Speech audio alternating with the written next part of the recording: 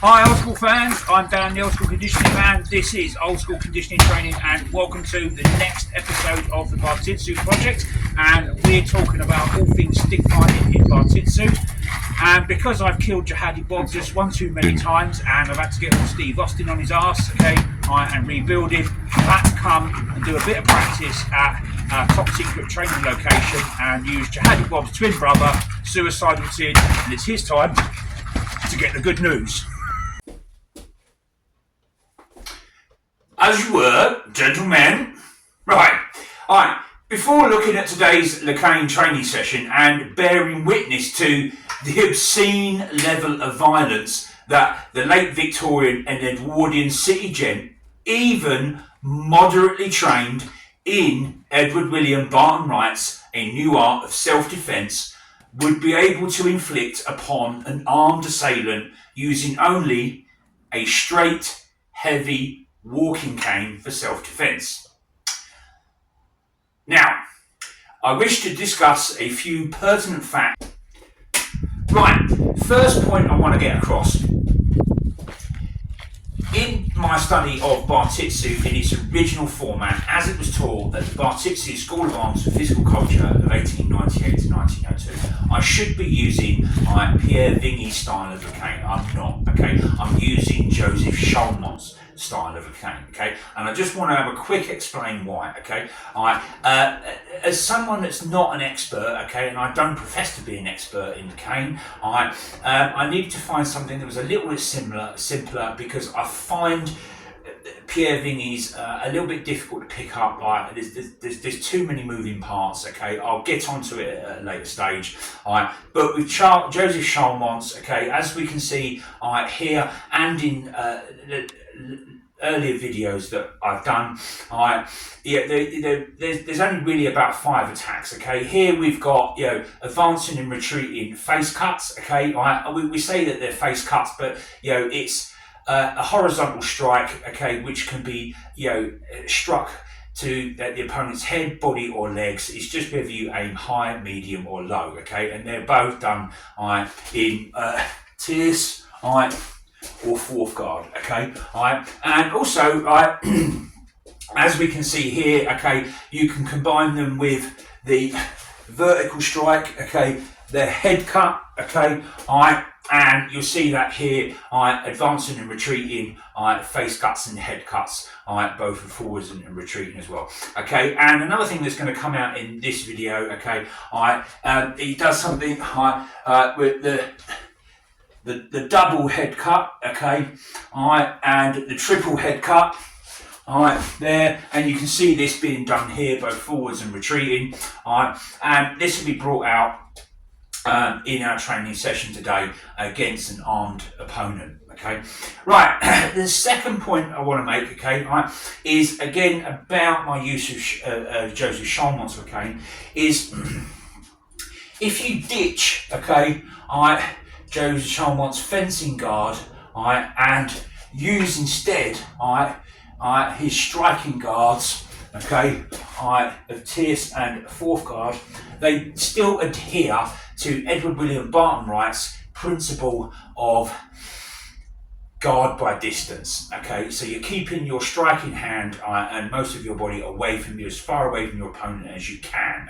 So with some minor modifications of Joseph Charlemonts' cane system, it's not really too dissimilar to that of Pierre.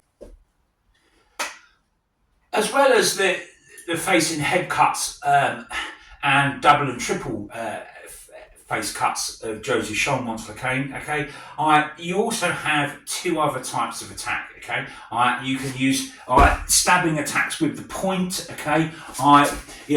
the pit of the stomach, or even the face, but I find it probably more effective for myself, the pit of the stomach in a stabbing motion. And also you've got bayonet strikes, to the face, the body, and also you can use the ends of the cane and also the middle of it as well, as you can see here being done in today's training session. Right, and also as well, because I like to use a large, heavy, straight cane, it does lend itself quite easy to use as a double-handed weapon, where, like canes, probably not quite so much, okay? And which also now brings me on to my second point, okay? How much of the cane system, whether you're using what would have been taught at the Bartitsu Club Pierre Vingy style, or in my case Joseph Charlemonts style, how much of the system would the Victorian gent would have to have known for it to still be a reasonably effective self-defense tool and system against an armed assailant, okay? And actually, not that much, okay? I'm only about halfway through the system that I'm using of Joseph Charlemonts, okay? And as you'll see in the video, although it's not the prettiest, okay, it's still very effective. I can land blows accurately at the targets that I wish to target, and it will get me out of a fight as it would of the Victorian gent of the late Victorian and early Edwardian period. Right now, so also to illustrate my point that you don't have to be a cane fighting expert for it to be effective, okay, is this fella, okay, the 7th US president of the United States of America, and that's Andrew Jackson, and he was confronted by a would-be assassin, okay, by the name of Lawrence, Richard Lawrence, I believe his name was, okay, and he confronted him with 2 pistols and went to fire both of them, and for some reason both of them misfired, and Andrew Jackson had a walking cane, and he set about him and beat the bloke to within an inch of his life, and actually had to be taken off of him by his bodyguards, okay? And there's no real evidence that Andrew Jackson had any formal education in cane fighting, although he would have been pretty handy with a sword.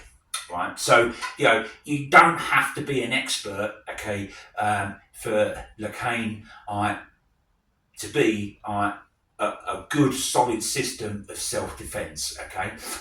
The more of it you learn, the better you become, the better it is. But with a moderate amount of training, it can still be a very effective fighting system. And lastly, before we get on to looking at today's training session and how it went, we need to get a little bit real about the realities of cane fighting for self-defense in the late Victorian and early Edwardian era, okay? And we need to forget about this rubbish and poppycock. Okay, I know these Pearson's magazine articles with Edward William Barton-Wrights promoting, okay, how to defend yourself with a walking stick, okay, but trapping your opponent round the head or the foot with the hook of a crook cane, and then hitting him is just simply absurd. It wouldn't have worked then. It's just rubbish. And if you pardon the pun, it's just an advertising hook, okay, to get people interested in Bartitsu, okay, and just to make it look cool, okay. But I very much doubt this sort of rubbish was taught at the Bartitsu School of Arms and Physical Culture, least of all, used in actual real self-defence in the late Victorian and early Edwardian. While we're on the subject of the realities of cane fighting in the late Victorian and early Edwardian era, okay, let's get a little bit real about who the late Victorian and Edwardian gents' main protagonist on the street would be. It would not be another gentleman wielding a stick. So for the moment, let's get rid of this. It would be the footpad, street tough, street rough, garrotter, mugger, whatever you want to call him, okay, they had various names at the time, okay, and they would be attacking you as a gentleman, okay, armed with something like a cudgel, a club, a small axe or a hammer, okay, or a large knife, okay, machete, or similar objects, saps, blackjacks, okay. That's what you would have been getting attacked with most of the time, okay, on the mean streets of Victorian and Edwardian London and the streets of Paris, right, because they were two very dangerous cities. So, that is really what this training session is all about, okay, is, how to defend yourself with a cane against an assailant armed with one of these two weapons. So let's have a look at how it went. Right, as you can see, right, the first part of today's training session, we're using the tierce striking guard of Joseph Charlemonts and using the double face cut to first strike the opponent's weapon carrying hand, okay, and then using the second face cut to strike the opponent in the head, right, okay, and we're doing this in tierce guard, right, and you can see it's quite effective. It's easy and quick. It's not pretty. I'm not the greatest at this. Okay, I'm not a cane master. I don't profess to be. Okay, but I'm just trying to show that the Edwardian gentleman, even with a small amount of training, could use this to be quite effective in the street. Right, and in the second drill of today's training session, again we're using the double head cut, but this time in fourth guard, okay, clearing the opponent's weapon holding hand out of the way and then striking the head, okay, but also we're following up with two tierce guard strikes, one to the body and then to the head. Again, you can see with just a little bit of training, it is pretty still effective.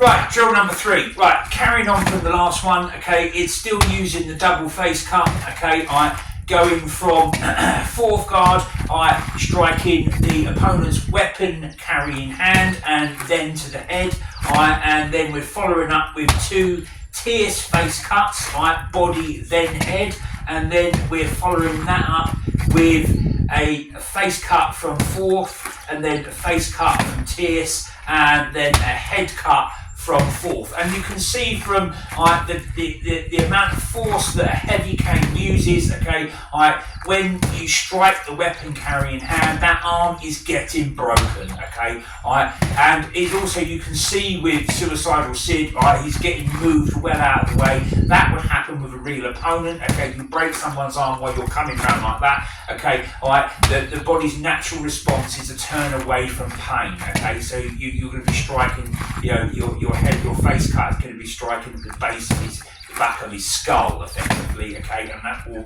knock him out or probably kill him, okay. So you can see the amount of damage done, okay, even by someone that were of moderate level of skill. So let's have. Right, drill number 4. Okay, getting a little bit more complicated this time, okay, and this time we're going to be using the triple face cut, and there's a total of 9 cuts in this one, okay. As you can see from the video that's going on, okay, we start off with the first cut to the weapon carrying arm, okay, to break the arm, okay. The second face cut is with a lean, so we actually strike the opponent in the face, and that's landing on the collarbone. Then the third face cut is stepping in, with full force, okay, and that brings us back round into tierce guard, okay, and then we're following up with cuts to the ribs from tierce, and then a face cut to the head, and then a fourth guard face cut hitting the elbow through into the body. So even though we're clipping the elbow, with the amount of force that's coming off a big heavy stick like this, you're probably going to break the elbow before you get into the lower ribs, and doing some significant damage there. And then after that, there's 2 stepping in face cuts to the temple and orbital sockets, ending up in fourth guard, and then a face cut, right, which is going to the body, which will cut into the spleen through the elbow again. Okay, so there's not going to be, he's not going to be really in any fit state to attack me further. Okay, and again, it shows with a moderate level of skill. Okay, that I can beat an assailant off with enough time, to then I can either break contact, or if I haven't overpowered him, he will go, oh, I've had enough now, and they'll break contact and then do a runner, right? So everyone's happy. So drill number 5, okay, right, as you can see, right, it's going a lot quicker. It's because I'm using a lighter cane, and I want to see what the difference, force of impact wise is, okay. It's quite a simple cutting drill, this one, okay. It's a double face cut from tierce, okay, and it's face cuts rotating through tierce and fourth cuts, and we're striking to the body and the head, and also we're hitting first, okay, the weapon carrying hand. But you can see, although it's quicker with the lighter cane, it doesn't do the significant amount of damage that a large heavy cane like this 39-inch piece of oak does, okay. So that's why, another reason why I like Joseph Charlemonts, because it suits my body structure and my preferred use of a heavier cane, because they're man-stopping drills. Anyone puts an arm in front of the heavy cane, it's getting broken. Okay, with a light cane, you can probably get your way in. Okay, with a light cane, you've got to hit people a lot more often than you do with a heavy cane.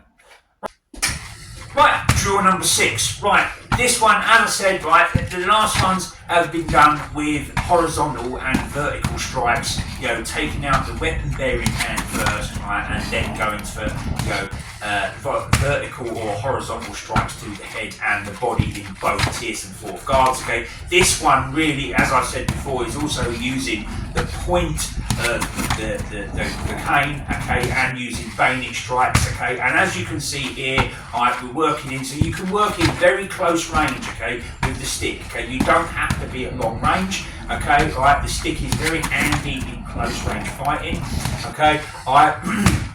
And also you can see here in the video, okay, I'm also using, okay, the cane, okay, to block, and strike at weapon-bearing hands to clear me a way in, to get into attack, the head and the vital areas of the body. I can easily strike, the head, eyes, the throat, the pit of the stomach, the groin, okay, and you can see me even using, in a paddling motion, using hammer blows coming down, okay. It's a pretty effective system, okay, and it would have worked well on the streets of, metropolitan European cities in the late Victorian and Edwardian era.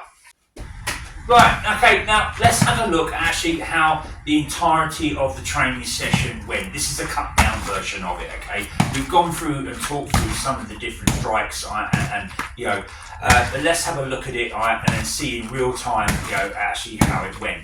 Right, now, as you can see, we've already discussed, the use of face cuts to head and body, okay? The use of double face cuts to clear the opponent's weapon carrying hand and then striking, and also we've talked a little about how we can gain a little bit of extra range, okay, by using the first one without advancing, then the second by leaning in, okay, and then coming back and then striking in through for the main on the triple face cut, okay. You can see that being done, okay. Now and also you can see, as I said earlier on, okay, if you just make some adaptations to Joseph Charlemonts' cane method, it is fairly similar, in respect to Thingy's cane. Okay, it doesn't use a hanging style, okay, but looking at Edward William Barton-Wrights, guard by distance. Okay, you can see here that it gives me an attacking range or a defending range of of about 6 to 9 feet. Okay, as I start off, my forward foot is about 6 foot from my opponent. Okay, and about 4 foot from my opponent's weapon there in hand. Okay, because that's about 2 feet out from his body. Okay, but because I'm leaning back, okay, I'm using guide by distance. Okay, so my head and my hand is around about sort of 9 feet away. Okay, I can hit the weapon there in hand, and if I lean in, and I don't even have to step in, I can hit him. And then stepping in with a full power face cut, and then from tierce or fourth, and then ended up in so if I started in tierce and then going through, I ended up in fourth. Okay, I can quickly then strike again. Now, you can get greater range. Okay, about the maximum distance that I've found that you can really hit. Okay, with Joseph Charlemonts cane is about 12 to 13 feet, and that's your maximum distance. Okay, and that's using either tierce or fourth guard for the face cuts, or the head cuts. But you're going to have to make a massive lunge in, okay? But 13 to 14 feet is about your maximum distance at one single strike. Okay, you can also do it with the lunging point thrust. Okay, but I don't particularly like that one because there's a lot of reverb force going down the arm and it does hurt. Okay, so I prefer to use the short stabbing or the bayonet strikes, okay, because they're more effective, okay, especially for close-in work. Right, so that's pretty much how it's going. This is a cut down from about an hour's worth of training, okay, and it was hard work, and it goes back to prove what I said earlier about you don't have to be a cane rock star, okay? Because like I said, I'm not an instructor. However, I'm not a complete novice to hitting people with sticks, okay? Because when I was in the British Army, okay, I was a public order instructor. Basically, I used to teach other soldiers, how to conduct riot training, okay, and the use of the baton. Okay, we had shields as well, okay, but it was a little bit different. But and I've been on the sharp end of riots in Iraq, okay, so I'm no stranger to being hit by sticks or hitting people with sticks. Although our baton was a 24-inch baton rather than a 39-inch cane. Okay, so there was a few slight differences. Okay, but it just proves that with some basic rudimentary understanding of cane fighting and just some fast aggressive action and the will to fight through and win, the Edwardian city gen, okay, could have used even a moderate amount of skill and training in the cane of Bartitsu to defend himself quite well on the main streets of London, Paris, or any of the European metropolitan cities. Did he take a wrong turning down a wrong alley? Okay, all right, so and this is also my first real having a go at putting all of what I've learned so far into a full contact training on a simulated assailant attacking me with a weapon. Okay, I know suicidal Sid's not moving, but because he's got the arms, we've got an extra thing to strike, so it does work quite well. Okay, and using big canes like this, you can't really practice it full contact because even with a lot of padding and fencing armour on, I still wouldn't really be wanting to get whacked full power, round the head with that, you're going to get some serious injuries. Okay, so this is about as close as you're going to be able to get. Okay, without pulling power out of the strike. Right.